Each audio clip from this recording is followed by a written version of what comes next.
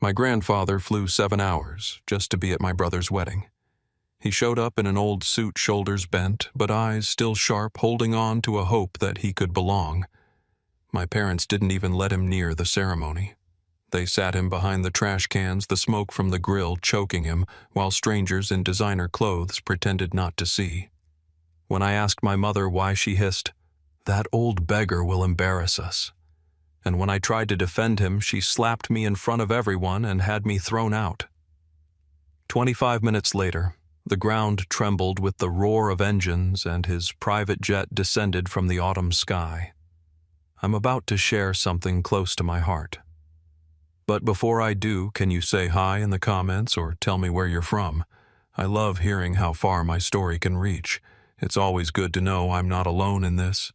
Thank you. And now let me tell you everything. If my story touches you, don't forget to subscribe to this channel.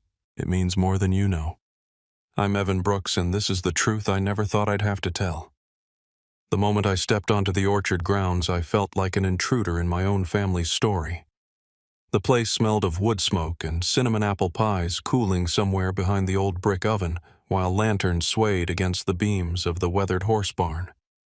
The late autumn light cut the orchard rows into stripes of gold and shadow, and guests in sleek suits and jewel-colored gowns drifted between the trees like they owned the land. I tugged at the sleeves of the borrowed suit I wore, already aware I didn't belong. When my mother Diana spotted me across the lawn, her eyes went sharp and cold. She didn't return my greeting, just raised her glass to someone more worthy of her time. A man beside her leaned close and whispered just loud enough, "So that's the older one. He looks different." My father, Thomas, stood nearby, but when I stepped toward him, he simply averted his gaze, as if the sight of me demanded too much courage. Caleb, my younger brother, the groom, glided from guest to guest, hand in hand with Maya, all smiles. Though when he passed near me, his eyes slid away, pretending I wasn't even there. It was then that I saw my grandfather. They had sat him not near the ceremony, not among family, but on a folding chair jammed between the trash cans and the smoking grill. His old suit sagged, his shoulders bent, but his eyes still gleamed beneath bushy brows. He coughed softly, pulling a handkerchief to his mouth, and when he noticed me staring, he managed a brittle smile as if to reassure me. My chest burned. I marched to my mother. Why is he sitting there? Diana's lips barely moved, her voice a venomous whisper. "That old man will embarrass us. Don't you dare start trouble. I won't let him be treated like garbage." I shot back loud enough for 3 guests to pause mid-conversation. Her hand cracked across my face before I could finish. Gasps rose. Someone lifted a phone recording. My father, Thomas, took a half step forward as if to intervene, but then turned his back like always. Caleb appeared at my side, his jaw tight. "Don't ruin my wedding, Evan," he said. And then he was gone again, leaving me in the stairs. My grandfather's hand trembled as he clasped mine. In his palm lay a silver ring etched with a single E. Evelyn, my grandmother's name. His voice was hoarse. "Keep this. One day you'll understand." He closed my fingers over it with surprising strength. Within minutes, I was escorted off the lawn by hired security. Ruth, the longtime employee who had served this family longer than I'd been alive, watched me with pity, but said nothing. I ended up beneath the ancient apple tree, where at 11 years old I had carved my name into its bark. I traced the faded grooves with my thumb, feeling smaller than ever, banished from blood. The laughter from the party drifted across the orchard, but I no longer heard it. What I heard instead was the growl of engines. At first a distant hum, then louder, heavier, until the earth itself trembled under my shoes. I lifted my head to the autumn sky. Something was coming, and it wasn't part of the wedding. The roar didn't fade, it swelled. I followed the sound up the slope, heart pounding, and there it was, a private jet slicing through the cloudless sky, banking low. The plane descended onto what I had always thought was family folklore, an old airstrip hidden beyond the orchard hill once used to ship apples decades ago. I had believed my grandfather's stories were just tall tales told by a man growing old, yet here it was, real and alive. As the jet taxied, a convoy appeared, a black Cadillac followed by two gleaming SUVs. Doors opened and out stepped my grandfather. Not the hunched figure in a worn suit who had coughed into a handkerchief an hour earlier, but a man, upright and sharp-tailored suit, pressed sunglasses reflecting the orchard's golden light. Two bodyguards flanked him. He removed his glasses and fixed me with eyes burning like flint. "Are you ready to set things right?" I could hardly breathe. The frailty, the poverty, it had all been a mask. He strode toward me, and with each step the truth seemed to peel away the lies my family had draped over him. "Diana and Caleb forged papers," he said in a low, urgent voice, "declared me senile so they could take the company. Your father kept silent. Caleb changed the locks, shut us out of the harvest festivals. But I kept what matters." He pressed a thick envelope into my hands, the original will naming me heir to the Orchard Evelyn's letter in her looping handwriting and documentation of their forgeries. The wedding's music and chatter floated faintly from the other side of the hill as we walked together toward the reception. Lanterns flickered overhead as we slipped through a side gate. The master of ceremonies was just introducing the bride and groom when my grandfather mounted the platform. Without hesitation, he wrenched the microphone from Diana's manicured hand. "I was not invited to this wedding," he declared, his voice cutting across the stunned crowd. "I was sat by the trash cans to be humiliated. But let me remind you all, this orchard was built by me from nothing for my wife Evelyn, and for the future of this family, not for those standing here tonight pretending to inherit it." He placed his hand firmly on my shoulder, his grip anchoring me in front of the crowd. "This place was built for Evan, not for you." The silver ring burned against my skin. I stepped forward, meeting the stares, hearing the shudders of cameras and the rising buzz of disbelief. Guests whispered, gasped, pulled out their phones. Diana's face flushed crimson, her composure cracking, and then came the twist no one saw coming. My grandfather wasn't a frail, forgotten old man. He had walked back into this wedding with power intact, proof in hand, and an authority none of them could erase. The room seemed to tilt as silence fell, broken only by the clatter of a dropped glass. My grandfather turned back to Diana, his voice iron. "This wedding will not proceed until the truth is spoken." The lanterns swayed shadows, trembling on the barn walls as if the orchard itself was holding its breath. Diana clawed the microphone back like it belonged to her veins. "He's confused," she shouted, voice splintering under the rafters. "Don't listen to a word he says." Walter didn't flinch. He lifted a hand, and his attorney stepped forward with a folder embossed with a notary seal. The attorney read and steadied each sentence, landing like the strike of a gavel, the original will executed in sound mind, leaving the orchard and its holdings to me as Evelyn wished. A hush pressed over the lawn. The lanterns trembled on their hooks. I felt every eye turn. My mouth was dry, but the words were there, buried under years of being told to be quiet. When I was invited to present my research at Cornell, my mother tore the letter in half at the kitchen table. I said she called it childish. She said, "We don't need dreamers." She said, "I should stop embarrassing the family." I let the silence stretch, then nodded to Walter. A projector hummed to life, and a video window filled the barn wall. My father slipping into a law office after hours, his head down, the timestamp matching the day Walter had been hospitalized. A second file zoomed in on the medical document bearing Walter's name. The signature at the bottom was a sloppy twin of the doctor's, the kind of mimicry that looks fine unless you know what you're seeing.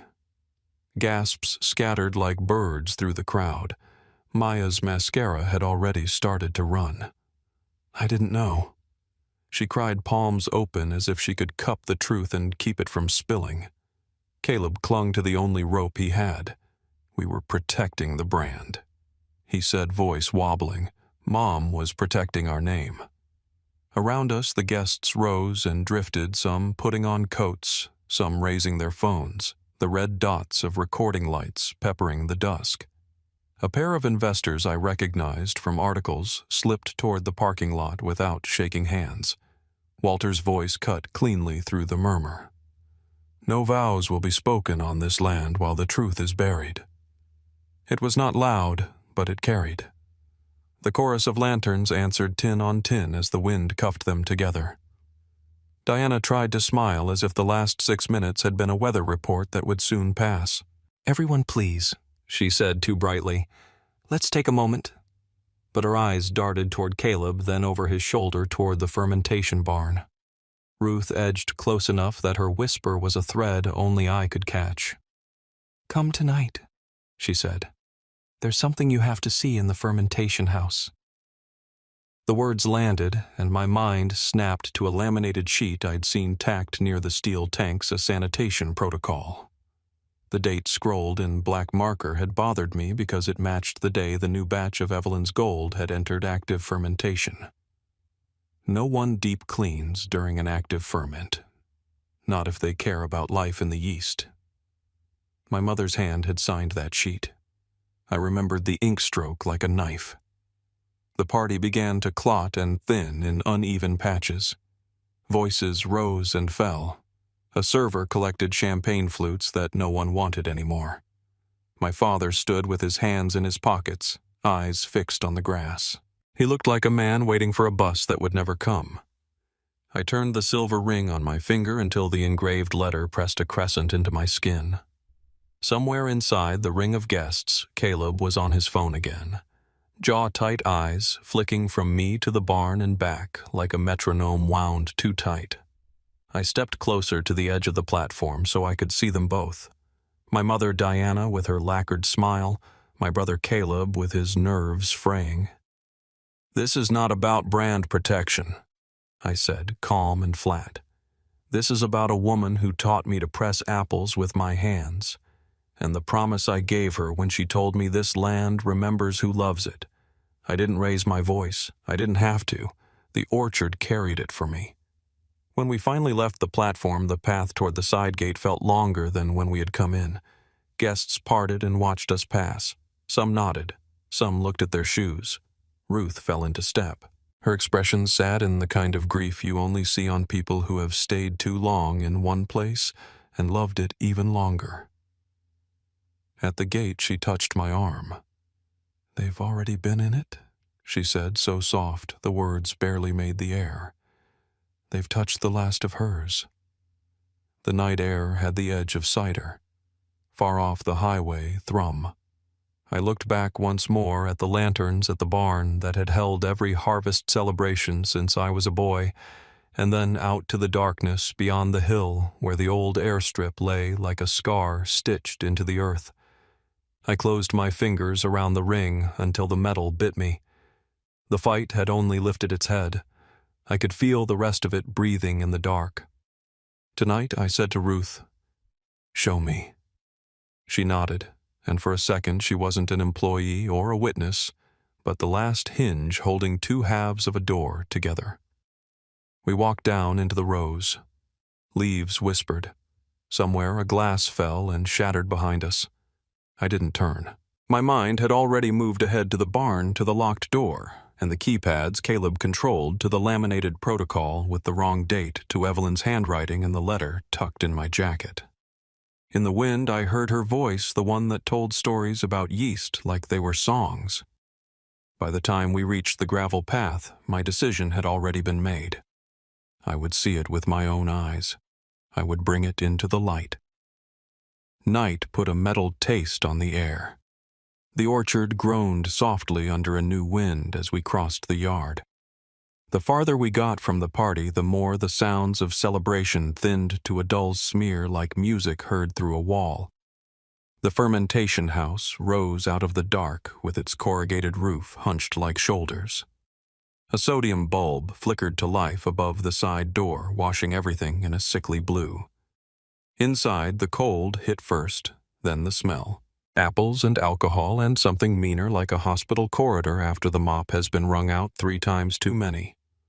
Fluorescent lights buzzed overhead, failing in staccato bursts that made the shadows jump. The tank stood like silent giants, their steel flanks beaded with a fine sweat. Somewhere in the rafters a mouse skittered.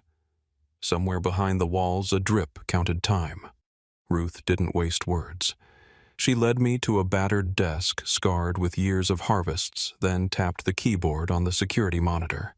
The screen bloomed to grainy life. She navigated with quick, practiced clicks and pulled up last night's feed from the camera perched above the primary fermenter we reserve for Evelyn's gold. I watched my brother enter the frame, checking over his shoulder before he climbed the ladder and swung the hatch. Steam bloomed. A minute later, my mother came in, clipboard in hand. She signed the page clipped there, and he lifted a container from the floor. When he tipped it, the liquid poured out heavy and cloudy, the kind of opacity that has nothing to do with apple or yeast. It vanished into the fermenting, musk-like milk disappearing into coffee. "That's not cleaner," I said, though no one had asked me to name it. The word came out raw. Ruth pulled a small glass bottle from the drawer, sealed tight with tape. I took a sample, she said, before they could finish. The bottle caught the light. Even through the glass, I could smell the burn. Every part of me wanted to look away. Instead, I stepped closer to the tank and gripped the ladder rail until my knuckles went white. I could hear Evelyn in the echo of the room telling me when to listen to the bubbling to know if the yeast was happy, showing me how to lay a palm on the tank wall to feel life moving under metal. "Wine holds memory," she used to say, half joking, half praying. "Whoever spoils it is trying to erase us." My mind started breaking it into pieces so I could stand it upright. The protocol dated wrong. The signature in my mother's hand, the container in my brother's, the way he glanced at the door before he poured. I had thought humiliation at a wedding was the bottom. This was lower, a kind of theft that takes the past itself. "What are you going to do?" Ruth asked. Answering meant picking a side I could never leave. If I took this public, it would set my family on fire, reputation business, the myth of who we were. If I kept it quiet, I'd be complicit in the killing of the very thing I'd promised to keep alive. I pressed the silver ring to the ladder rail and felt the metal grind metal. The choice hurt, which made me think it was probably the right one. "We're not keeping this," I said. Not in the dark. I stepped outside for air and crossed instinctively to the oldest tree in the yard, the one with my 11-year-old scrawl faded into its trunk. I rested my forehead against the bark until the cold steadied me. Snow flashed in my memory the night last winter when I drove through a whiteout with a thermos of ginger tea for Walter. The tires fighting the road, the heater failing my breath, a cloud. I'd read him the sports section beside his bed, and he'd listened like a boy listening to a campfire tale. Then touched my wrist and said the quietest thing I'd ever heard from him. "You're the only one who still hears the land, Evan." Being chosen had felt like warmth then. Tonight it felt like a weight, but it was the kind you lift because you must. When we came back around the corner, a pin of blue light winked and went out. I froze. Across the yard, half hidden by the shadow of a tank, Caleb lowered his phone and slipped into the dark like a fox. He had been watching us, recording us. The scene flipped on its head in an instant. All he needed was a snippet of video and a few words to tell it his way. 2 saboteurs caught red-handed in the barn after hours. The narrative was already writ. I felt the burn of it and then let it pass. Panic would serve him. Clarity would serve me. "We report it tomorrow," I said. "All of it. In front of people who can't look away." Ruth nodded. She tucked the sample bottle and a copy of the footage into a second envelope and wrote the time across the seal. We turned off the lights, locked the door, and stood a moment listening to the orchard settle. In the distance came the faintest trace of laughter from the last stubborn pockets of partygoers, brittle and thin as glass. On the walk back, I rehearsed the morning in my head. The council would convene in the great room, heavy table apple carvings on the walls, the clock that had ticked through every harvest since before I was born. I would place the bottle on the wood. I would play the video. I would lay down the will in Evelyn's letter and say her name out loud. I would give them the choice that had closed around me. Protect the lie, or save what deserved to live. The ring warmed against my skin as if it remembered her hand. By the time I reached the edge of the lawn, the plan had clicked into place with a finality that felt like a door closing behind me. I looked once toward the hill where the runway slept in the dark, then at the barn where the lanterns were nearly out. The orchard exhaled. The wind took the last thin ribbon of music. Somewhere a fox barked and was gone. I didn't pray exactly. I just told the truth to the night and promised I would tell it again at first light. Morning laid a thin veil of fog across the fields, and the council room in the main house felt like a throat clearing itself.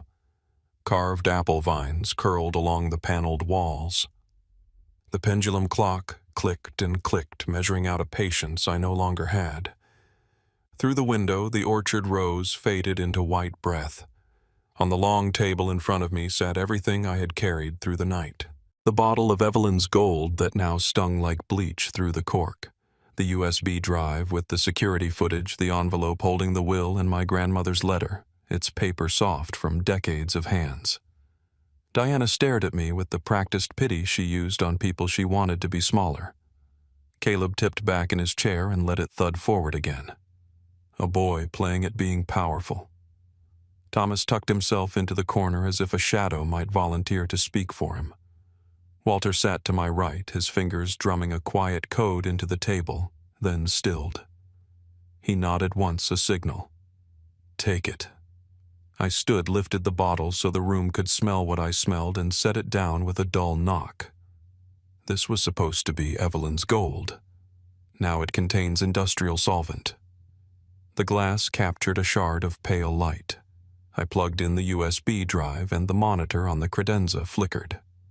The video rolled. Caleb climbed the ladder, looked over his shoulder, opened the hatch. Diana stepped in and signed a laminated sheet on her clipboard. The cloudy liquid poured. No one spoke while the image played, as if silence might scrub the screen. Ruth rose, smoothing her apron with unsteady hands. They offered me $18,000 to keep quiet, she said to the room, then to me. I donated it to the elementary school's lunch fund. I won't take money to forget who taught me to press apples. Her voice didn't break. It hardened. Diana reached for the oldest weapon in her cabinet, the tone that turned accusation into etiquette. We acted to protect the brand, she said. A bad batch could sink a season. A business is not a shrine. You didn't protect a product, I said. You smothered the last living memory of the woman whose name you still sell on labels. The ring on my finger cut a small half-moon into my palm. Caleb shoved his chair back hard enough to screech. You don't belong here, Evan. You never have. You'll always be the brother who couldn't keep up. I pulled the journal from the envelope edges, singed where the fire had kissed it the night before. She wrote, otherwise, I said, laying it open. The pen lines were neat and certain. I read aloud, and the room stopped breathing. This place will belong to Evan. He understands the land and hears what it asks. I moved the book down the table, one council member to the next. Hands hesitating, eyes narrowing and then softening as they found Evelyn's signature. The clock hit another second. Outside, a crow shrieked and flew. I am done begging for love from people who spell family with money, I said. And the truth of it came out steady. But I'm not done protecting what was placed in my hands. The words hung and the clock gave them room. Even the heat registers seemed to wait. Caleb slammed the door on his way out, the frame rattling like a rib cage. Diana kept her eyes on me, still and bright as glass, as if learning a new animal she didn't yet know how to kill. Walter watched her, then me, his mouth pressed thin, pride and worry braided together. Thomas stared at his shoes. No one spoke. In the silence, I could hear what would come next, the sound of something sharpening in another room. They would not stop at a table and a vote. They would move the fight to where proof could be scorched black and blown to ash. I gathered the journal, the bottle, the drive, the letter. When I looked up, a councilman cleared his throat. "We'll reconvene at 1:00 p.m., he said, which was another way of saying the dam had already cracked.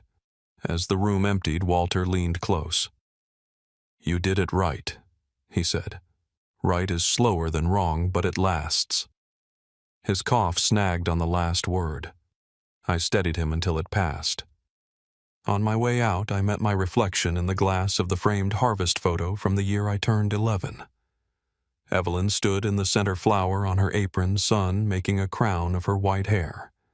I lifted my hand and touched the glass. The ring flashed.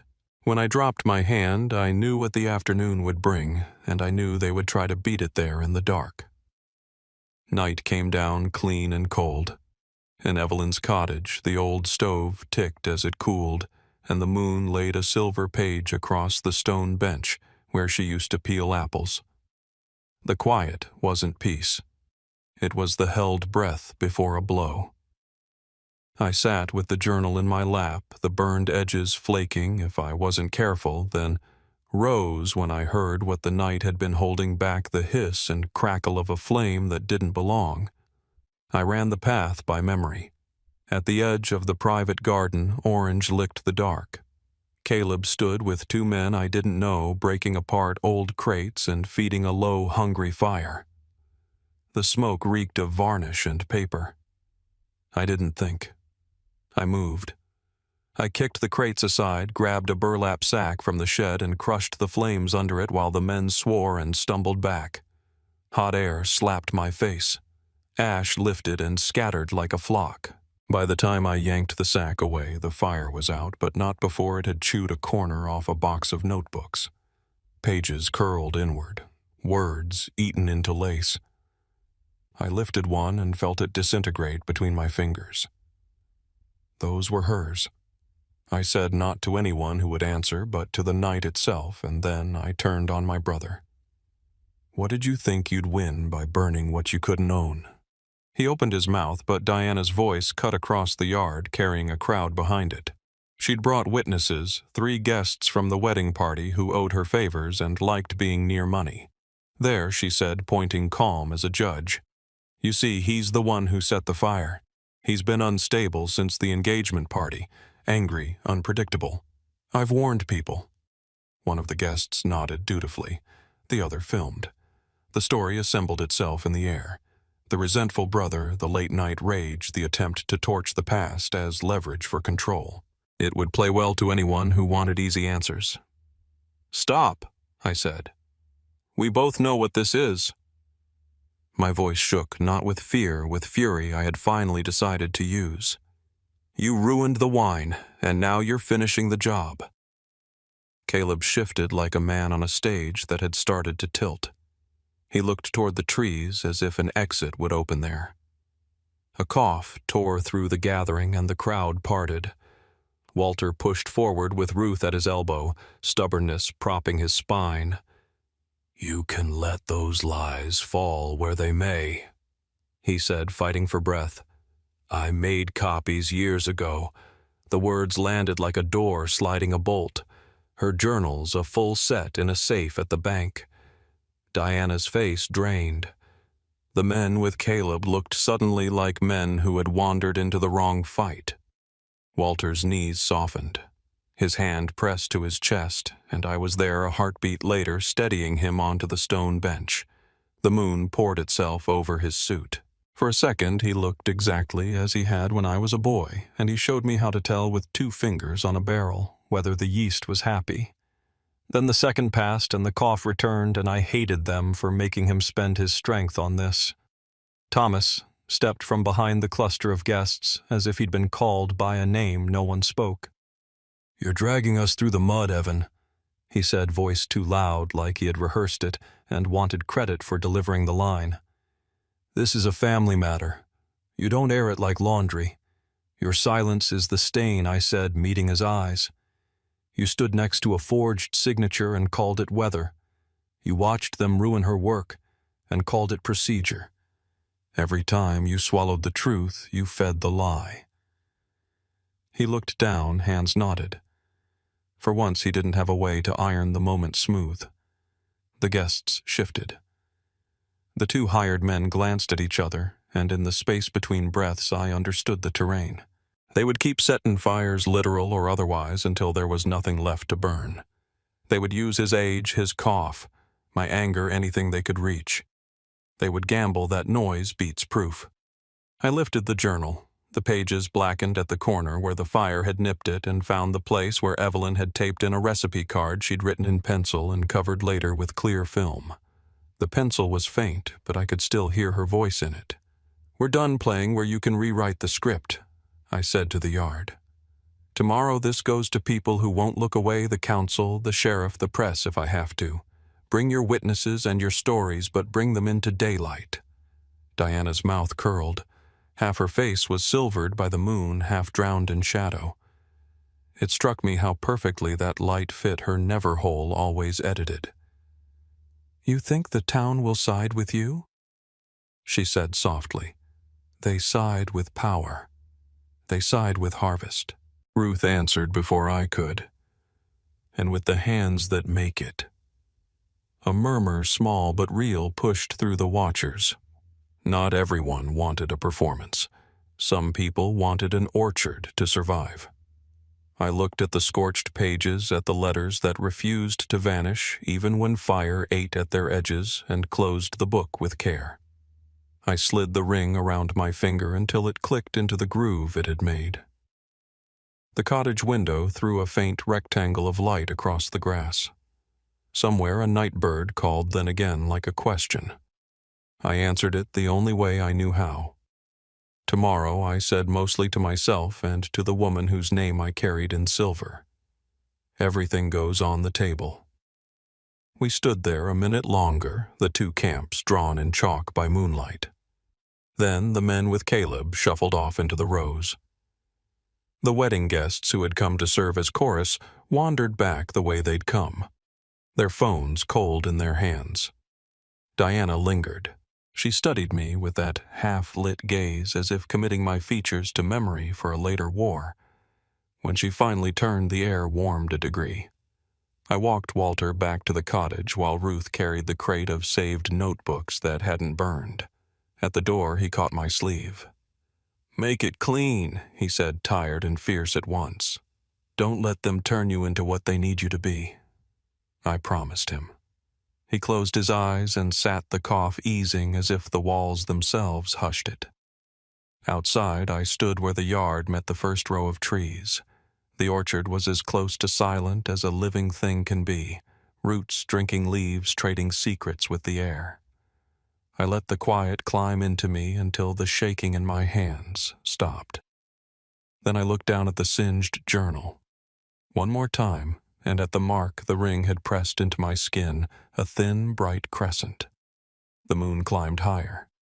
Half of Diana's face was already gone into the dark. In a few hours the clock in the wooden room would start counting again, and this time I would bring the morning with me. The main hall of the farmhouse had been used for festivals, for music, for laughter. On this morning it held the kind of silence that trembles at the edge of thunder. Autumn sunlight streamed through tall windows and cut the room into halves. One beam landed on the long oak table, polishing it with gold, while the corner where Diana and Caleb sat remained in shadow, their faces pale against the dark. The pendulum clock marked each second like a judge's gavel. Wooden chairs scraped as farmers' workers and a handful of city officials from Wenatchee shifted into place. Whispers rippled through the room, a rustling orchard of doubt and expectation. In front of me, I laid out the evidence one last time. The poisoned bottle of Evelyn's gold, the USB drive holding the footage, the scorched but legible journal, the letter Evelyn had left me, and the silver ring pressed tight against my finger. Beside me sat Ruth, upright and unwavering, and Walter pale, but present, his cough muffled in his handkerchief.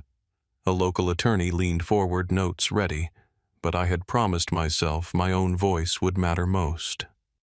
Diana began with her smile that never reached her eyes. Neighbors, she said, we are gathered here because my late mother's will has been misinterpreted by a bitter relative. Evan has spun tales out of jealousy, eager to ruin his brother's wedding joy. Caleb echoed her with a sneer. He never could stand me being chosen.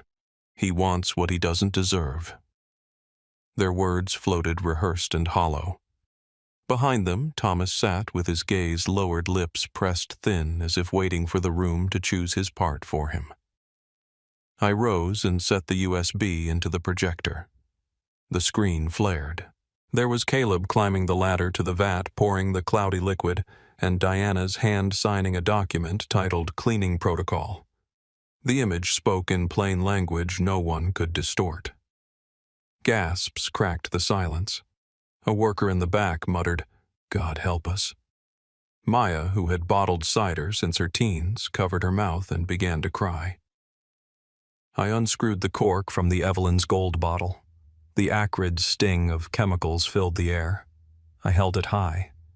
This was meant to be my grandmother's gift, her pride. It has been poisoned, and with it her memory.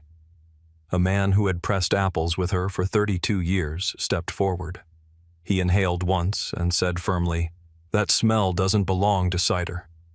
The truth rolled across the room like an orchard wind. I opened the journal edges still singed and read aloud the words that had survived. This land will belong to Evan. He listens to it. He remembers. A silence fell so deep the wind outside could be heard in the window frame. Diana leaned forward, about to interject, but Walter's voice, slow and ragged, interrupted. Evelyn wrote that when her mind was clearest. She meant every word. The pressure broke Thomas at last. He lurched to his feet, hands trembling. "They told me to keep quiet," he said, his voice unsteady but carrying. "I signed papers because I feared losing everything. But Evan speaks the truth." Diana whipped toward him, shrieking, "Sit down! Don't you dare!" But he bowed his head. His confession cut a path no denial could cover. I stood straighter, ring glinting in the beam of light, all eyes fixed on me, some for the first time not with suspicion, but with expectation. "You called me a failure," I said evenly. "But it was not I who failed this family. It was you who turned kinship into currency, memory into market." The hall echoed with the weight of the words. No one tried to speak over them. The attorney rose, document in hand. By the original testament and supporting evidence, he declared the rightful stewardship of the farm lies with Evan Brooks. Murmurs surged, a wave breaking. Diana and Caleb blanched, caught between disbelief and fury, their power evaporating in the daylight. The crowd shifted toward me, and for the first time in years, I felt not an outcast, but a figure standing in the sun. The council dismissed the gathering with formality, but I did not hear the closing words. I stood in the shaft of autumn light, its warmth on my face, and understood winning this was only the beginning. The greater task would be to breathe life back into what had been strangled, to rebuild the orchard, not just in soil, but in spirit. The fight for truth had ended. The work for renewal had begun.